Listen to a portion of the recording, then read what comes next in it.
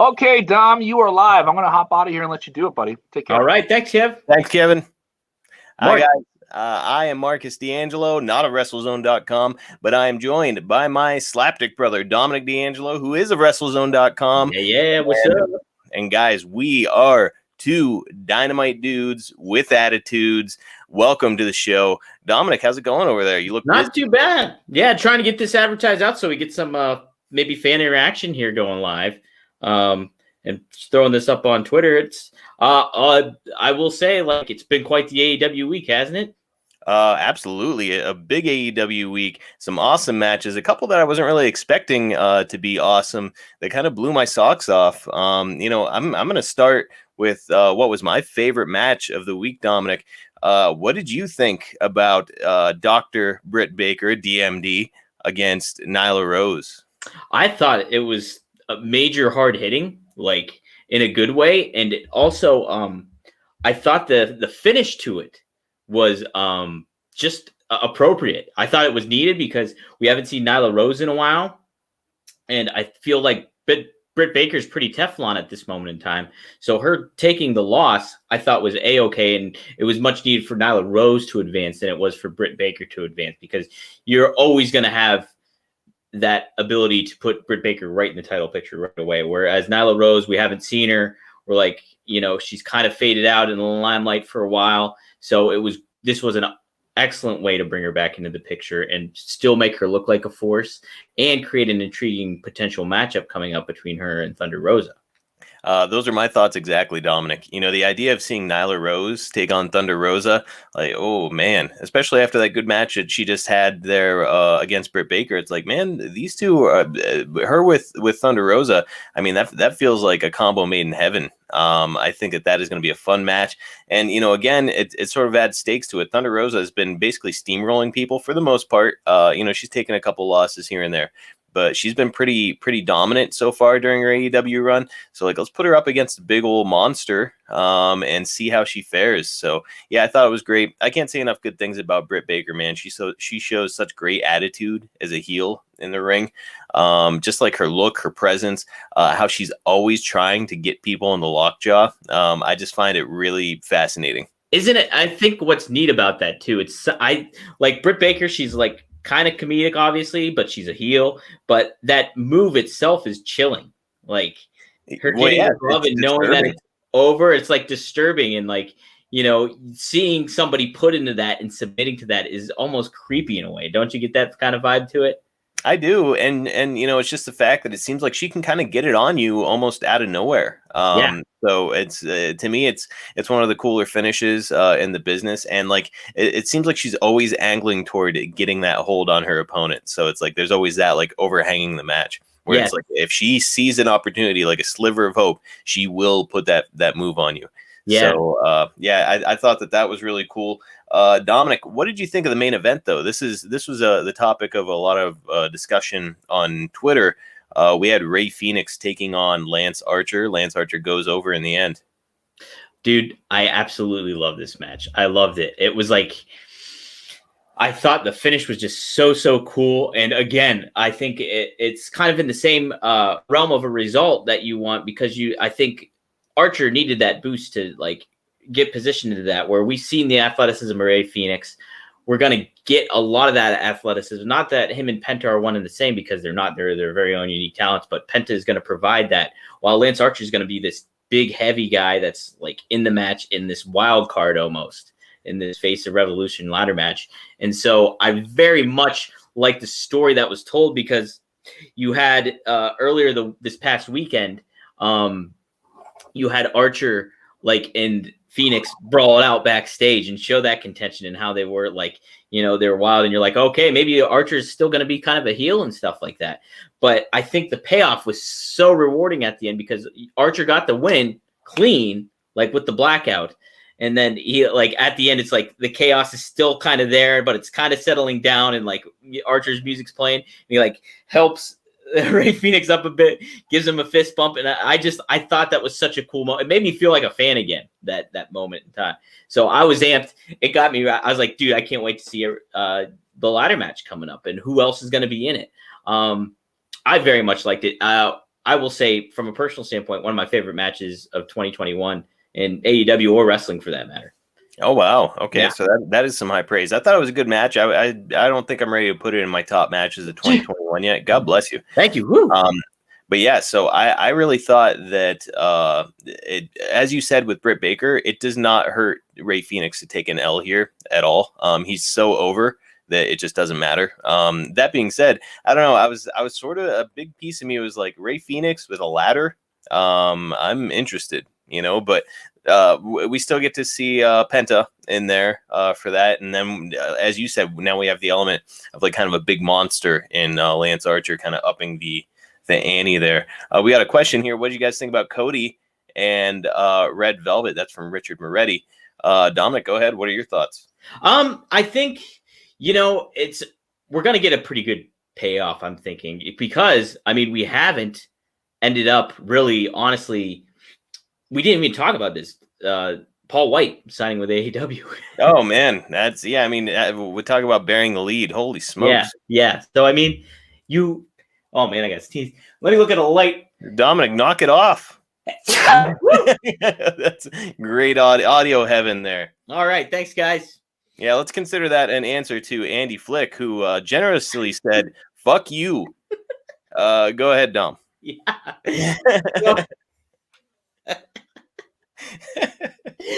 Yeah, I feel like now that we introduced Paul Wight, everybody's always going with those expectations. Okay, well, it's Paul Wight and Shaq. Something's going to happen. And, I think that lays a little bit more of a landscape for this particular matchup. Red Velvet is talented. I haven't got too much that I've gotten to see from her, besides from being on Dark and like a couple of stints on Dynamite as well. But Dom, you can't sneeze. Don't sneeze, buddy. Can't be sneezing. That'll knock everything off. Oh, all right, I'll let you carry on. Okay. The audio. Hey, what am I gonna do? I had to sneeze. Kev doing a run-in. That's good. We needed that. Well, let me say, Dominic, as I'm looking at this, there's a lot of moving pieces, right? We've got Shaq, we've got Cody getting ready to face him down. Red Velvet seems like a kind of a star in the making. But to me, the most interesting aspect of all this, as of right now, is Jade Cargill. It's talk about somebody who's the sky is the limit. I'm anxious to see what she's got under the hood as a wrestler. Because everything else, aside from maybe mic skills, everything else, she checks all the boxes. I'm just really interested to see too, what is the direction with Shaq's gonna, how that's gonna go, and how Shaq is just gonna perform, from that standpoint. I knew, it's such a odd, but has star power in it. It's like a matchup it's never kind of, I don't know, had this kind of energy to it. It's kind of odd in a lot of ways, because the build hasn't been ultimate for it, and then on top of that, it's just like the other circumstances, like Brandy getting pregnant and then getting replaced with Red Velvet. Now we have this other element potentially with Paul Wight coming in. Dude, I don't know, man. There's a lot of intrigue going into it at this point, and do you think it's going to deliver, or do you think it's going to be underwhelming? I think it all depends on how they do it, So obviously, having a major celebrity like Shaq involved is gonna turn the dials for a lot of people, and maybe get somebody who's more of a casual fan to tune in. But it's really going to be about execution here. Who goes over, how they go over. So again, a lot of moving pieces, a lot of things to consider. I think Leo just made a good point here. He is suggesting that maybe Paul Wight is going to help Cody in his battle against Shaq, which it sort of makes sense, does it not? Oh yeah, it totally makes sense. It really does. Because obviously then you get the setup for, hey, that big nasty bastard screwed me over if I was Shaq, and being like, hey, I want to get some. So it does sound really much set the table for it. And Paul Wight Big Show, he looks good. Like if you saw that All Elite picture, he looks felt. And like last time we saw him was, in action was a year ago on the day after WrestleMania, where he had a main event match against Drew McIntyre. And, Big Show has shown that he's still able to tell a story in the ring. And it is revealed that he's going to wrestle like here and there too, and for AEW, as well as commentate on AEW Elevation or AEW Dark Elevation with Tony Schiavone. So Big Show's going to be wearing a lot of hats, and I think that's a very good thing for AEW and wrestling. No question about it. The guy's in the shape of his life. Obviously, a larger than life character and a big star. He's got a lot of equity in his star power, coming from WCW and then WWE. But even more so, Dom. I mean, I'm a guy like Shaq, for crying out loud. A guy like Paul Wight, the Big Show. I'm anxious to see what he has to offer backstage as well. In an agent role. You want to talk about somebody smart to the business, somebody who could help a younger big guy. That would be Paul Wight, like a powerhouse Hobbs, Nick Camarado, like a lot of, and even that, just the knowledge that Big Show Paul Wight has for the business, they can instill on anybody, no question about it. So Dominic, I wanted to ask you next about what did you think about the Hangman angle? He was wrestling Isaiah Cassidy. So first, what did you think of the match? And what did you think of the finish? I thought the match was good, and I thought the finish itself was good too. I think it further for in general, like I think they are beginning to position Hangman in the right spot, and we're getting to see more of what we want to see out of Hangman. It also provided a stage, obviously, for Isaiah Cassidy for more singles competition, and having the element of Matt Hardy mixed in with it too. I was a fan of it. I thought it was a good way to kick everything off too. Well, not kick everything off, but like just further that storyline, further storyline and stuff. So. Sure. Yeah. Hangman Page, he's one of those guys who, as you and I have been discussing, he's always had everything except for a storyline. All the pieces are there, right? He's got a great look. And awesome ring skills. He's a great athlete. And here's another thing that I think sets him apart from a lot of people is he sells really well. And so, doing that, being a guy who's willing to take bumps and sell and have the look and the natural abilities, all he needs is a good storyline. And it finally kind of feels like we might be heading toward it. It looks like he's going to be with the Dark Order in some capacity, right? Yeah, and I don't think there's anything wrong with that at all. It's like it's setting them up. They need a player in there that's looks like a main eventer and things like that. And that having Hangman in there is not only going to further a story for Hangman, but it's going to build up the guys like Reynolds and Silver and Preston Vance 10. And get them on a more higher stage too at some point in time.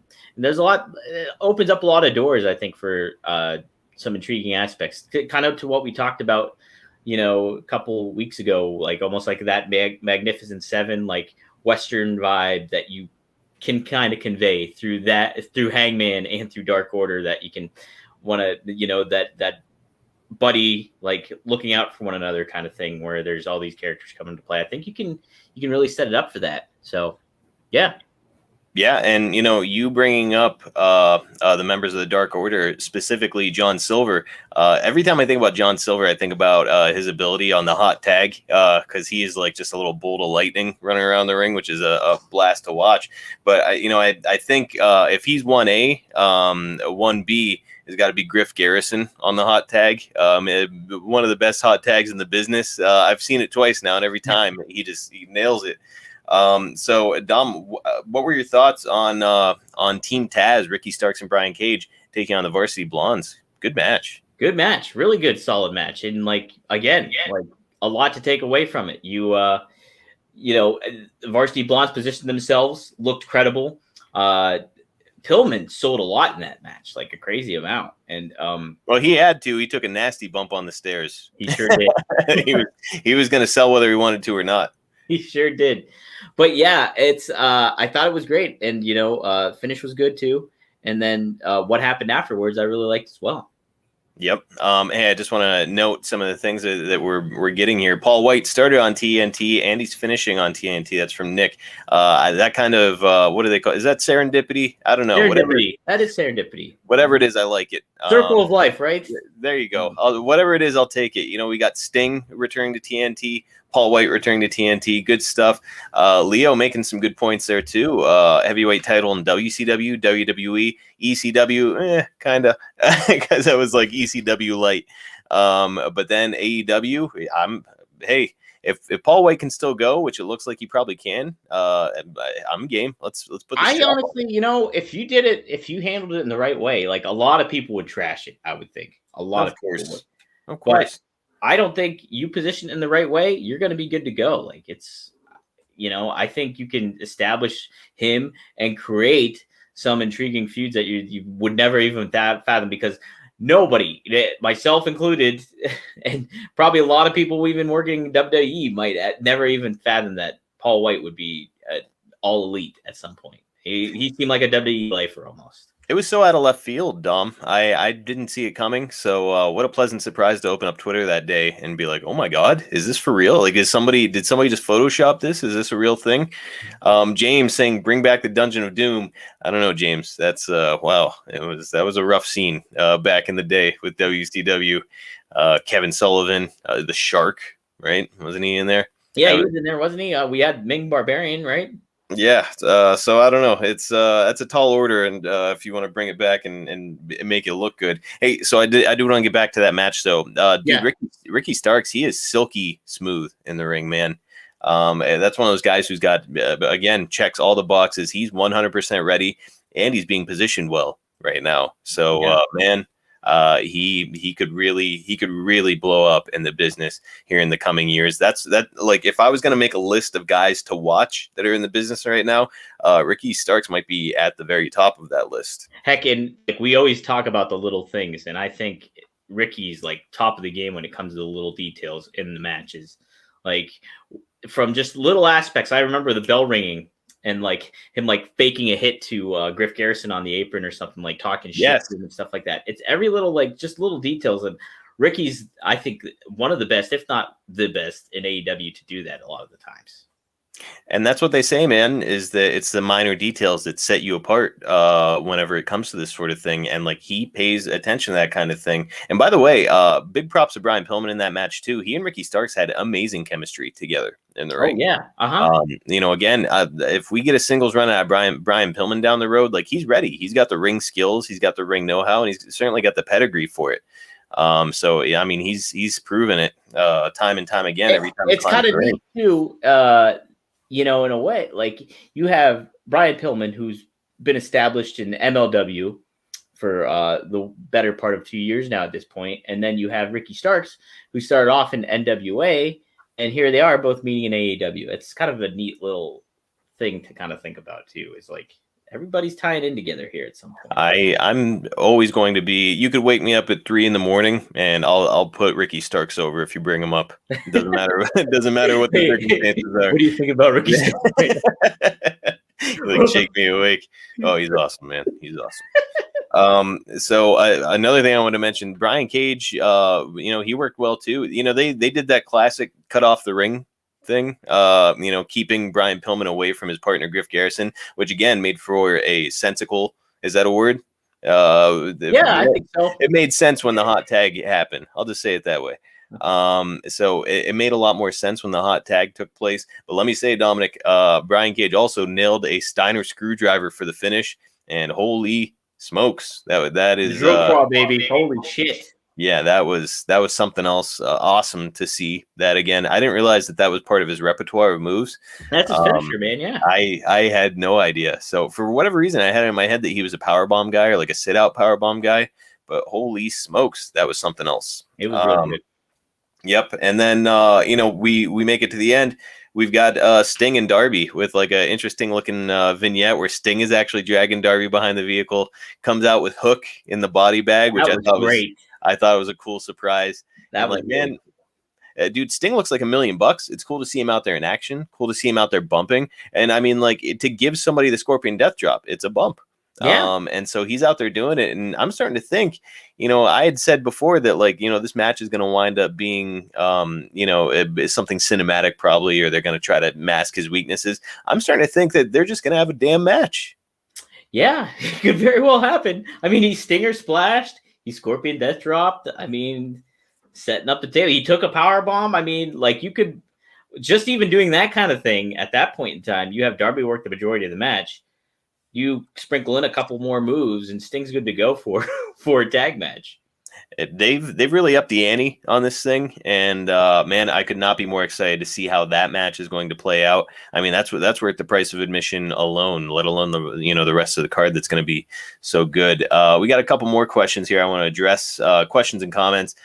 James said he wouldn't mind seeing Paul having an Andre the Giant New Japan Pro Wrestling tour, which let me say I wouldn't hate that. You're looking to how surreal would that be? Not only surreal, but that is like, you kind of look at the path AJ Styles took, obviously it's inverted because AJ Styles wasn't in WWE, but like he left Impact, and then he was a guy that you're like, okay, what's next for him? And sure enough, he goes to New Japan, sets the bar to being like one of the top wrestlers in the world, and like really creates more of an identity for himself in New Japan, and then comes to WWE, and there he is, a main eventer. Now you look at somebody even now like Cody Rhodes, went to the indie scenes from WWE, left WWE, and then had to reestablish himself not only like in like stints in New Japan, like did stuff there, but ROH, went around and like Impact, even made a little stop in Impact, but then boom, like he was more like of a star after, like, when he left WWE at that point.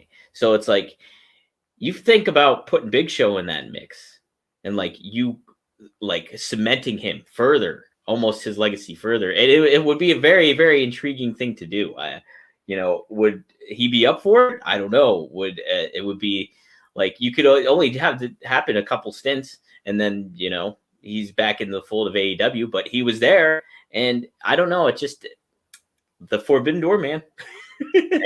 So I missed most of that. I don't know if I cut out on your screen, but it was like briefly cut out. So I basically said this could be a great way for Big Show to just kind of position himself like further and like build that legacy to him a little bit more with that New Japan shine, in comparison to having that sterilization, for lack of a better word, that WWE kind of gives to a wrestler once they're there. I think that makes perfect sense. Another thing I want to touch on before we get back to Dynamite, Leo asked, what happened with NWA YouTube? No more videos at all. Dominic, you got a scoop from an insider. Yeah. So, I spoke with a source close to NWA, and those matters and stuff. And I was assured that it was positive. It's a positive, NWA's content was removed from YouTube. They also, the NWA shop, there's nothing on the NWA shop as well. So, yes, it seems like a positive move from what I'm told. And that, that can open plenty of speculation. Heck, the NWA Women's World Championship is in AEW, a regular focal point in AEW. So, I would not be super shocked to maybe see them have further embed themselves in, like, let themselves in that Forbidden Door with Impact, with New Japan, with who else could it be, maybe forbidden doors and the holes all over wrestling right now, and it's an exciting time to be a fan. So Dominic, back on the Dynamite track real quick. How about the opener, Mox, in an enhancement match, essentially against Nemeth? What were your thoughts on that? Good, quick. I thought it was a nice way to do it, honestly, because we're used to AEW, like something that you can potentially criticize them for. I think can criticize them for is their length of matches. Sometimes it goes a little long. So it's like, this changes the pace and the beat of it. And like, so Mox, like his promo almost supplemented for the match length, at the end too. And like all the action that happened afterwards and stuff. So, very good promo. Like, we always say about Mox, and, get you even more and more excited for this exploding barbed wire death match. So. Yeah, there's certainly been a fair amount of negativity regarding that situation. I'm not going to name any sources, but he lives in Louisville, who it was not a fan of that whole idea. But the facts are facts, and this is what the audience is craving right now, is something like that. And certainly the feud between these two, I mean, it feels to me like a very authentic feud between Mox and Omega, right? Like if I was a kid watching this right now, I'd be getting those feelings again where I'm like, you know what, the rest of this might be a work, but I think those two actually hate each other. And so you sort of get that vibe between Omega and Mox, especially because Mox is very intense and Omega is a heel. Like, he is on point, is he not? Oh yeah, he is on point. Like, furthermore, like building himself as a heel, like as the weeks go on. Like, we only had a little brief moment with him, like this week, with him welding. Marcus, you know all about welding. I mean, well, of course. How was his technique? Was it good? What's your critique of that, real quick? Yeah, I don't know if that was actual welding that he was doing, but but yeah, hey, I respect the effort. I respect the fact that he made it look like he was welding. So you gotta give that up. And Don Callis was there for moral support. Well, yes, of course. Was that in Kenny's garage or somebody else's? On the other side of the forbidden door, Dominic. Oh, wow, good answer. That's my kayfabe answer. I like how Marvez always sneaks his way in there too. It's not like, how is Marvez just everywhere? He's like on the golf course out of nowhere. He's on the beat, man. He's right? On the Jacksonville beat. He's in Kenny Omega's basement at some point, which he refers to as a dungeon, which is alarming. Bob Skeleton said that he really likes Ryan Nemeth. He's just like his brother Dolph in his actions and as a wrestler. So every episode I mention my wife and how she's a casual fan. Once, and my wife, at least once I'll bring her up. But so this week she was like, that guy looks familiar. I was like, it's Dolph Ziggler's brother. And she's like, oh my God, yes, okay.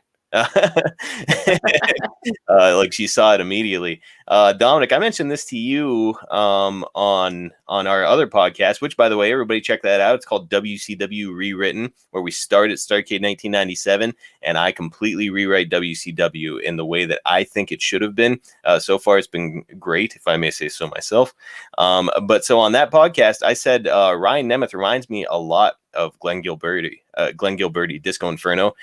Did you have that in mind while you were watching the match at all, Dom, or did you completely disregard that shit? I completely forgot that comparison, but I do see it, and Disco gets a lot of flack on Twitter, like for his opinions and stuff like that, for sure. But there's no denying the guy can work. Like, he can work, and like he's just obviously he had that classic mess up that you always see, but ultimately the guy knows how to tell a story in the ring. And, I think Ryan, I think there's more that we can see from Ryan too. I'm sure he gets those comparisons to Dolph all the time.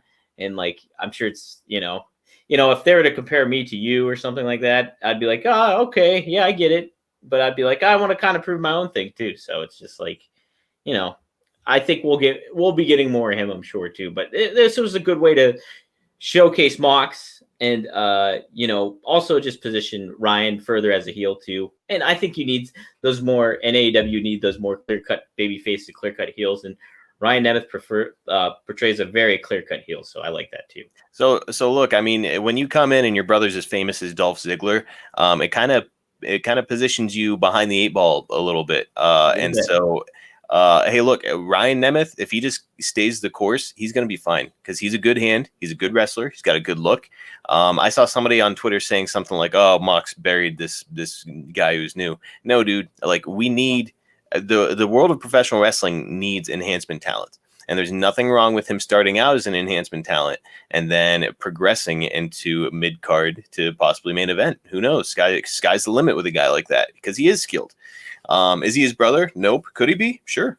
So let's all just pump the brakes and have a good time. James is saying Dom is the superior D'Angelo. James knows, man.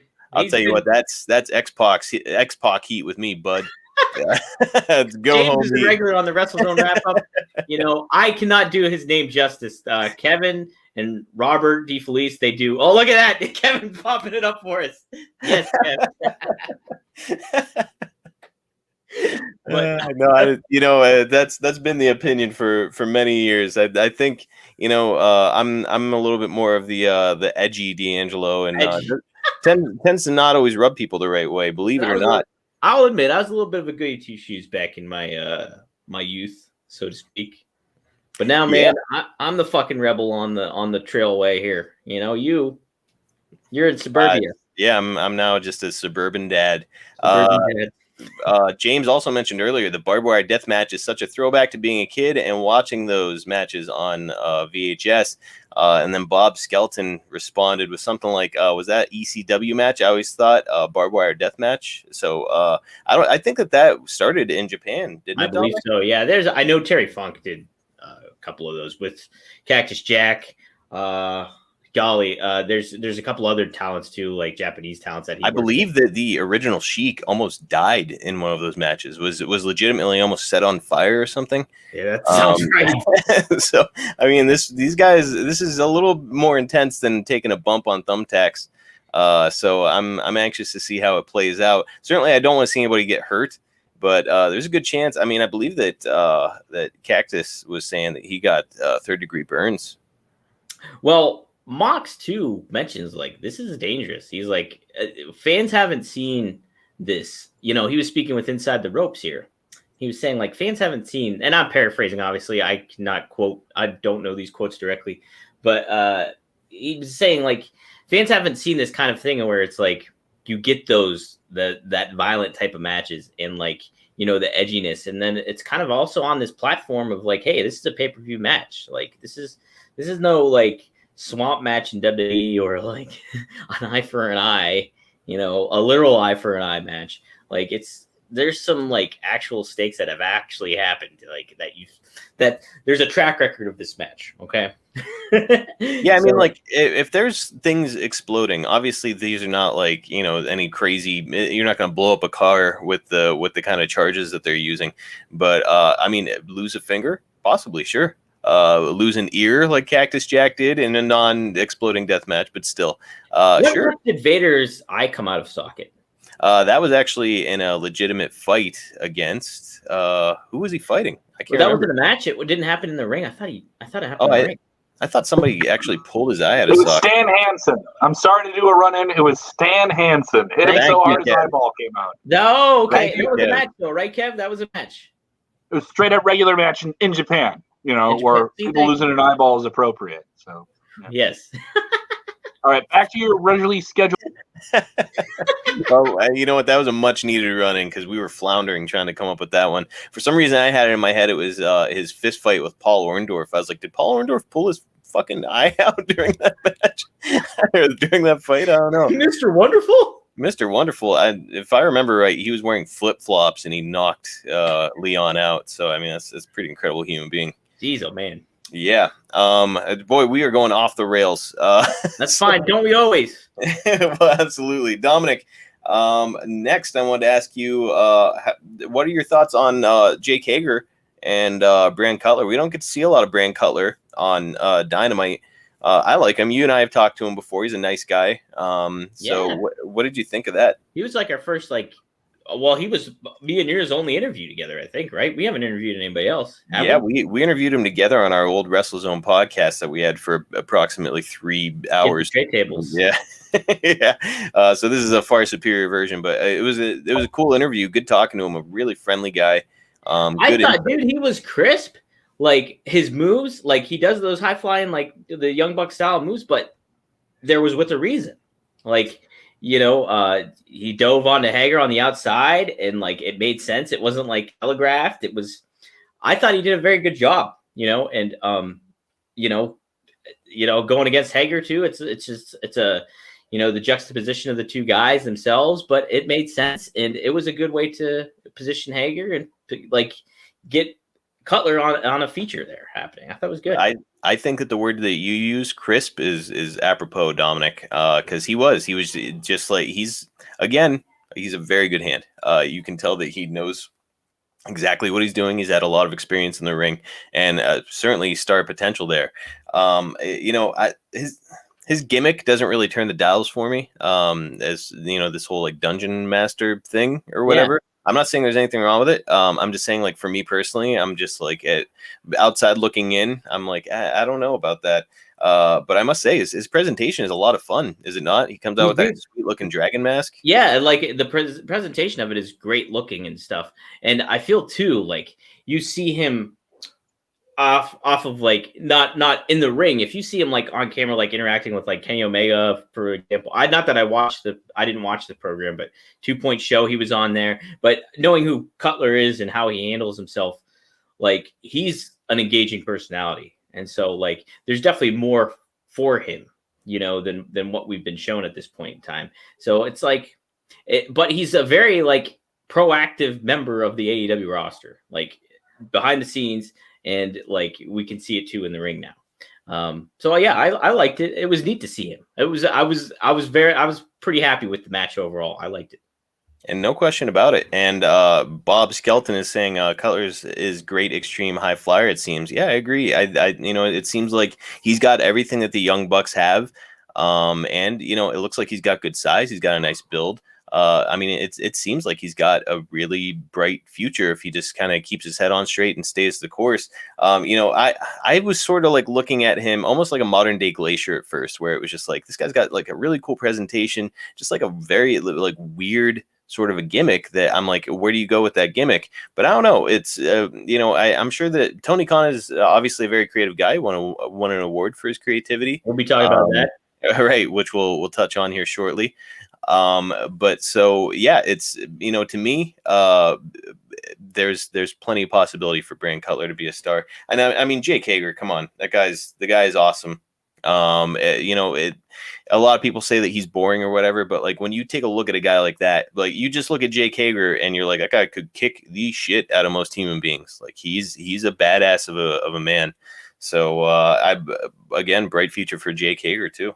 Yeah, I thought it was a fine match, you know, and that's the neat thing too. I can't remember who said this on Twitter. Oh, Voices of Wrestling said this, was that AEW's presented like middle, like intrigue kind of cards. It's like not super, oh my gosh, I got a must see. But when you go and watch those matches and stuff like that, they all deliver. And it's like, it provides to be a very good show. And I think this week, he was referencing this week, but I think this week was a perfect example of that too. Like those matches were just not like, oh man, this is the headline match. This is, you know, all these matches were like, ooh, they had some intrigue, or they were different, or some of them maybe weren't like, oh, didn't like pop the eyebrows up or anything like that. But I think they ultimately, all of them, almost for the most part, I think delivered, unless you can remind me of one here. No, I mean, for me, this was a pretty tight program, all in all. You know that I'm kind of the first to criticize drop balls, and I don't think that they had any here. Hager and Wardlow are my favorite, says Bob. I couldn't agree more. Like, you talk about two guys who have size, which is something that's missing in modern day wrestling. Don't get me wrong, I'm not one of those guys who's like, I was better when everybody was like 6'8" and couldn't move. So no, but that being said, it's still good to see these like larger than life, enormous guys, and those two certainly check those boxes off. Absolutely. Hey, yeah, if you guys have questions too, send them in, put them right here. We'll be sure to go back. I know there's one I want to note that was posted earlier. Go ahead and find it if you want. No, let's get a little bit of if you have some questions regarding Dynamite this week, or what's on the table for them, the awards stuff that we're going to talk about here. We still got about like 20 minutes here. So give us some questions, send them in. I'll be sure to read them. There's one I want to note upon here. Somebody wrote about Zelina Vega, and I think that's going to be an intriguing talking point. But get those posted on there, and yeah, we'll be sure to read them here. So. Well, I've only actually got one more thing to talk about with the program, so then we can jump into those awards and some of these questions. So the last thing I have left, Dominic, was kind of one of the bigger angles, certainly one of the more gruesome looking angles on the program, and that's old Papa Buck. Yeah, man. Yeah. What's his name? Craig T. Nelson there. He got some juice and got his head smashed into the back of the trailer, right onto the faces of his children. Both of them. You know, at first I was like, why is it? It's like, this can't be the first time they've seen this truck. I've seen this truck several times. Like, So, but Papa Buck and Matt and Nick get the picture in front, and so I'm like, okay, why necessarily do that? But then it all made sense at the end. It was the Chekhov's gun, Dom. Yeah, right. That was Chekhov's truck. Chekhov's truck. Where was that? Where was that in our theater classes? I know, right? We didn't say that. Well, let me say, Papa Buck dresses like a complete asshole, so it felt like a babyface move for Jericho and MJ. I'm just kidding, of course. In all seriousness, it's cool that we are starting to get like some actual stakes here, right? Because to me, it just kind of felt like a cold thrown together thing. But now it's like, okay, they're messing with the Bucks' personal lives. Yeah, So I'm anxious to see it. And by the way, like, this is another one of those matches where, like, kind of on paper, you can say like, the Young Bucks retained to build towards something with the Good Brothers or to build toward an FTR rematch. But on paper, it's like they are coming up against two of the biggest stars in the industry right now. So this is another one of those ones where you're just like, who goes over? Yeah, there's a lot of different things to think about with that. But to that point too, like, they've tabled a little bit of this stuff, like with the Good Brothers. Like, you saw who hopped in the ambulance with Papa Buck. It was Carl Anderson and Luke Gallows. So, I mean, or Doc Gallows. And, but I thought, we each week, we're always like, how you're not going to get me to like kind of sympathize or empathize. It's so hard. They're making it harder and harder for me to empathize or sympathize with the Young Bucks. But like, I think this week, they took a right step. I thought this was, if you were going to do it, this is how you did it. You made it look chilling, like just him a bloody mess, and like Jericho and MJF relishing in it.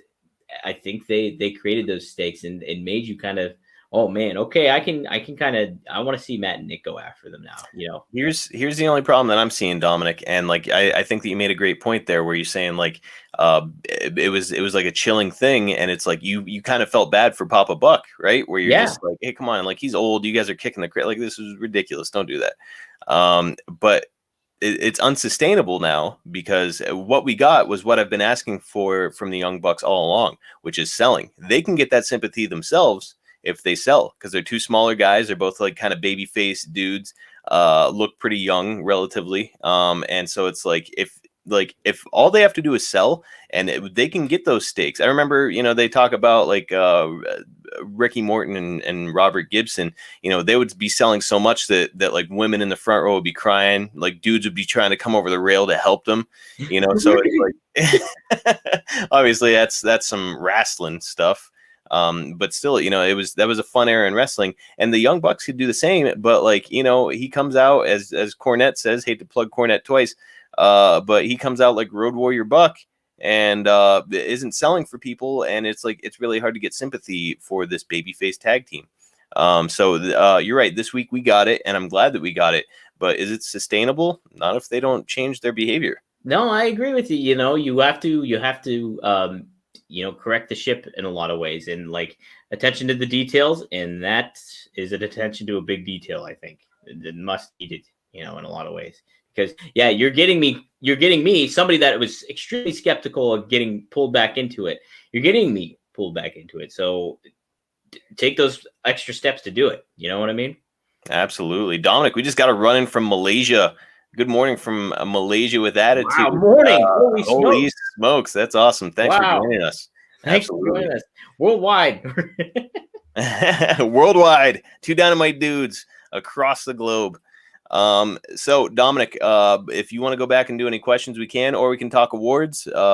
We can give these good folks another opportunity to post any questions if they've got them, and talk awards if you'd like.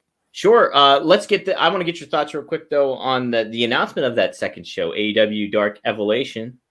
Sorry, not Evolution. Evolution. I'm elevated. That classic pay-per-view, Evolution. Evolution. Good old Evolution getting you. Right, what do you think? So yeah, I want to get your thoughts. How would you handle this show? They're both on, obviously, AEW Dark's on YouTube. This is also going to be on YouTube, but it's going to be on YouTube Monday nights, I believe, at 7 p.m. Eastern Standard Time. So right before you can tune into Raw. Are they dipping the toe, Dominic? Are they trying to see what kind of numbers they can get? Hey, Mark, that's an intriguing thought. Right. They're not exactly running head to head with Raw, obviously, but the fact that they're coming on right before Raw, some of that audience might not get over to Raw in a timely manner as a result of being locked in on this. I don't know. Maybe this is them dipping the toe a little. Well, let's say it from this aspect, Raw is established on an established television channel for many years. This is what everybody's used to. But I mean, if you're going to compare the current Raw television product with what they're presenting on NXT, which is much better, there's really no comparison. So if you were to put AEW, which I mean, if we were to give a forthright argument for that, we don't watch NXT. Like, I catch maybe little things of NXT, but I'm covering AEW Dynamite that night, so I'm not, my eyes aren't on NXT. And a lot of the times I don't, with my other job and all the other stuff that I'm doing with coverage, interviews, so on and so forth, I could make plenty of excuses. I have not been able to consistently watch NXT. So, but to that point, I know that NXT is a better product than what Raw is putting on currently. So you're to put that, I mean, I think it's going to be like from a creative standpoint and a storytelling standpoint, you're going to get a knockout win here by AEW pretty easily, I feel like. But no, I mean, it's an intriguing thing to kind of think about. Like, I didn't necessarily, this could be like a little touch of like a litmus test where they're just kind of, dipping their toe in the pool, so to speak. And, clearly they are trying to get a lot of eyeballs on it because, Paul Wight making his debut instead of on the main program. It's going to be on Evolution. Evolution. What else you got, Dom? Let's go back here real quick. I thought, I can't remember who mentioned it, but let me see. Oh, here it is right here. Leo mentioned Thea Trinidad next to manage a Latino faction. And then James follows up with, do you want to see LAX in AEW?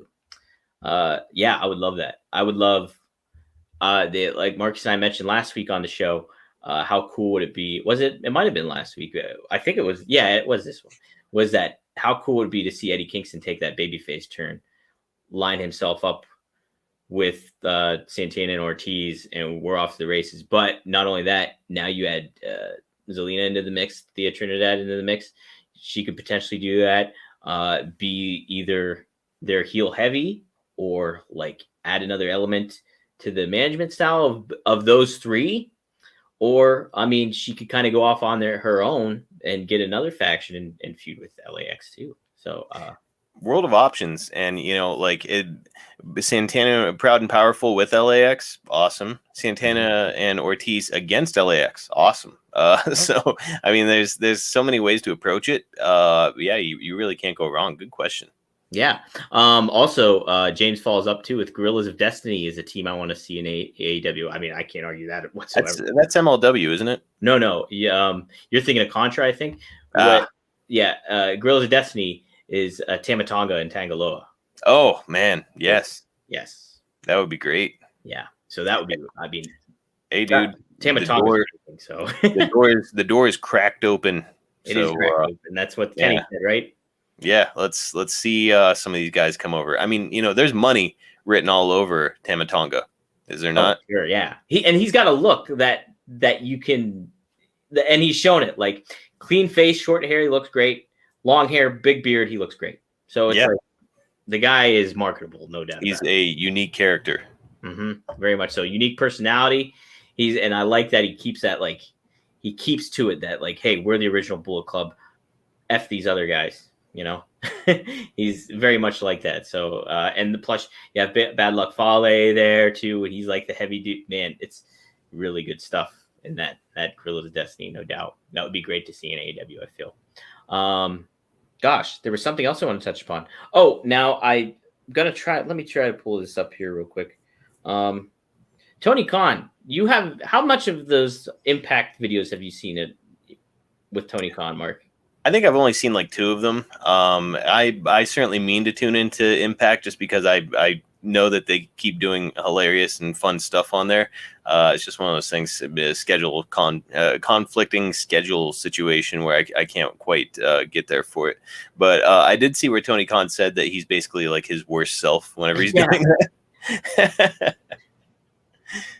And like, it's great though, because it's like he is embracing, like, he's doing all this stuff that's like, oh, it's like he's putting himself on television. He's like, crediting himself for all this stuff. And, I think it's very much leaning into that character and that parody that, like, people want to have that impression of him, that are critical of him and stuff like that. I think it's a very cool aspect. And like, not only that, but you have Tony Schiavone. Schiavone has his right-hand man, and like playing off of it. And that like Tony's one of the smartest guys, I think, that you could ask for in wrestling too.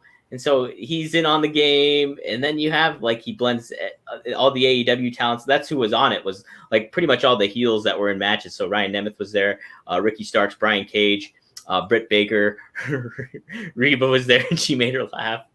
And, her laugh is something else. Zay Cassidy, Matt Hardy, they were all in the background there for that one. So it was pretty unique. And it's like Impact's been a good show, but these have also been a very big highlight for each of those episodes too. So go ahead.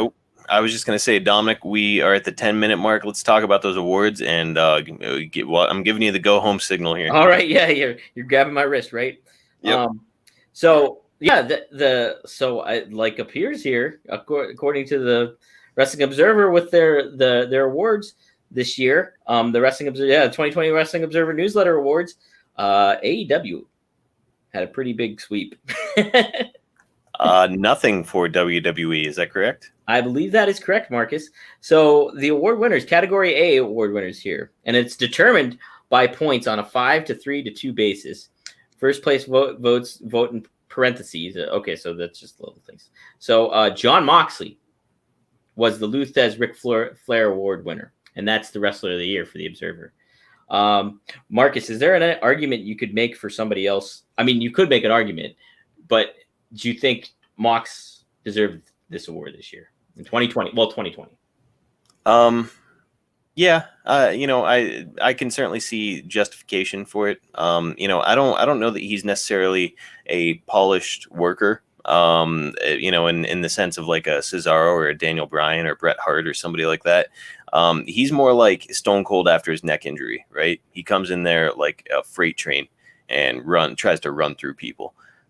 So he's certainly not a mechanic or a carpenter or whatever these guys call themselves when they're really strong wrestlers, but like his entertainment value is undeniable.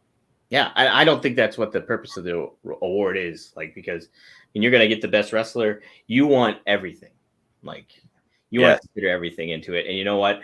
Mox, from that standpoint, and this is all voted by the fans, like Meltzer did not pick these. Like, he's not like, okay, Mox is it. And then these are fan votes, reader votes of the Observer. And so, and like Mox here had 883 first place votes.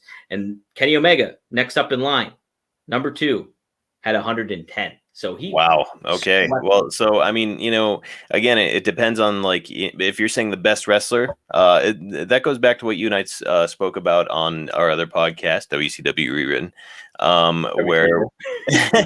where you were saying that you got into an argument with some buddies over who is a better wrestler, Bret Hart or Hulk Hogan. And it's like, well, that all depends on your definition of wrestler. Right? Is it who drew more money? Because then it's Hulk Hogan. Is it who's better in the ring? That's Bret Hart. So like, if this were like a skill based thing, I'm saying Dax of FTR is the best worker in the business today. If either him or Cesaro, to me they're neck and neck. But if you're talking about drawing power, if you're talking about being able to provide entertainment and draw money and put butts in every 16 inches, as they say, Jon Moxley's got it all. I mean, you could argue though, like for that, you could argue like Roman Reigns might be that, certain things like that. And he was way down there. Roman Reigns only had 13 votes. That's crazy. That's 13 first place votes. But Moxley, I think, deserved it. I think he's on this big new wrestling product. He's a familiar face. He's cut the best promos week in and week out. I think it's without question Mox is the wrestler of the year 2020. And a second, I would give to Drew McIntyre. I would give that. And he only had 51 amount of the votes. So I can't speak a whole lot for New Japan, but New Japan really did struggle with the pandemic and stuff like that. They didn't get as much of a oomph, as, a notable oomph that they would have got maybe if the pandemic did not happen. So, Right. Going up. Okay. What are we on top? We got 6 minutes. So let's try to find this here quick. Most outstanding wrestler. Now, I don't know how he quantifies this. I'm relatively new. Let me just say I'm relatively new to the Observer Awards and stuff. So most outstanding wrestler, though, goes to Kenny Omega.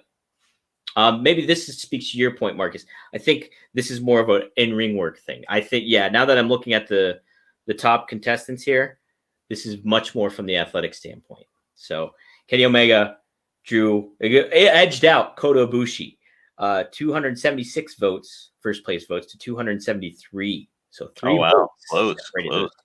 Yes. Who was number 3? Just out of curiosity.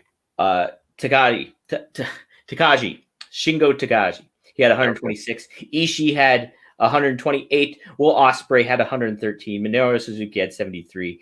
No WWE stars were on there. Ray Fenix ended up at the bottom here at number 10 with 32 first place votes. A little shocking. Got to feel a little bit alarming for WWE to come to the realization that nobody even made it into the top 10 over there. I think there's a lot of that. I'm very curious how WWE, their talents react to these. I very much think that Brass gives two shits about any of this. Probably not. But that's, that they've all been instructed basically, to not care about that situation. Exactly. Okay, let's keep going here. Yeah. Tag team of the year, Young Bucks, won it pretty handedly, 53 first place votes. Number 2 was Kenny Omega and Adam Hangman Page with 409 first place votes. Then our boys, the FTR came in with 97 first place votes. Zack Sabre Jr. and Taichi with 68%. Then a pretty good one, I think a very well-deserved one too. Not AEW Dynamite related whatsoever, but Bayley and Sasha Banks. I think they had a very good run this year, all circumstances considered. Well, you know where my vote would have gone. I know where your vote would have been. Honestly, Marcus, my vote would have been there too this year. Like it would have been for FTR. I feel such a new tag team, like not new tag team, but new for AEW, created so much buzz for that tag team division. Because like you had Hangman and Kenny told it a very good story throughout the years, but then you go like the tag team division was kind of just up in the air until FTR came and really defined this more of what we're searching for. So yes. I honestly think FTR should have won it, but hey, Dominic, who got female wrestler of the year? Is that a thing? I'm going through it. So, okay. Best interview. This was, wow. 6. This is crazy. Not crazy. They all make sense. But best interviews. The first 6 are all AEW guys. By the votes. Number 1, Eddie Kingston. Can't argue that, huh? Absolutely not. Eddie Kingston is the best promo in the business. I think that Jon Moxley is right on his heels. That's it. Number 2. Who do you think's number 3? Number 3. Somebody in AEW probably based on your body language.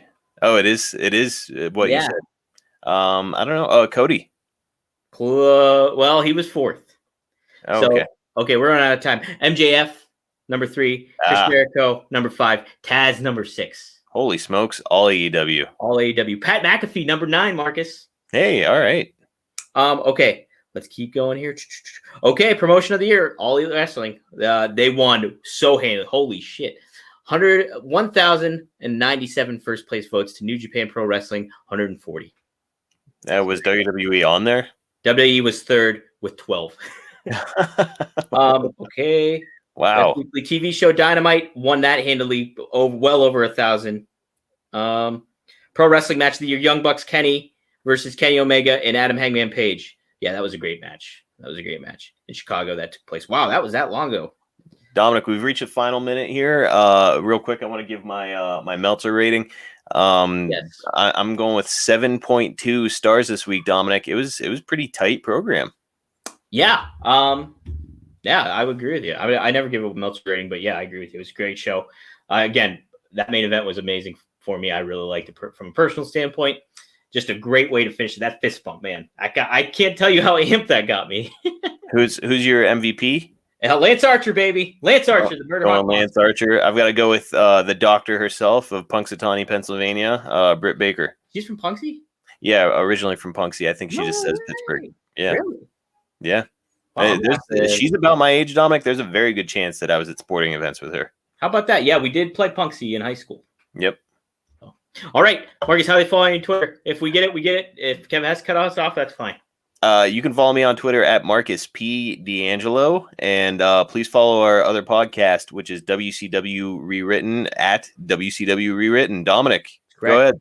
Follow me on Twitter at Dominic D'Angelo. Follow WrestleZone on Twitter at WrestleZone.com. Go to WrestleZone.com for all your wrestling news needs.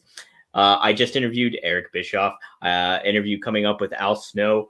I'm very excited about Mike Chioda. We got something. Lots. I don't want to spoil anything that my editor Bill's done, but he's got 2 big ones coming. So be on the lookout for that. Kev Kellam, WrestleZone wrap up. Thank you so much, Kev, for setting this up. Yeah, thank you, Kev. Today. And thank you to everybody that engaged with us and stuff.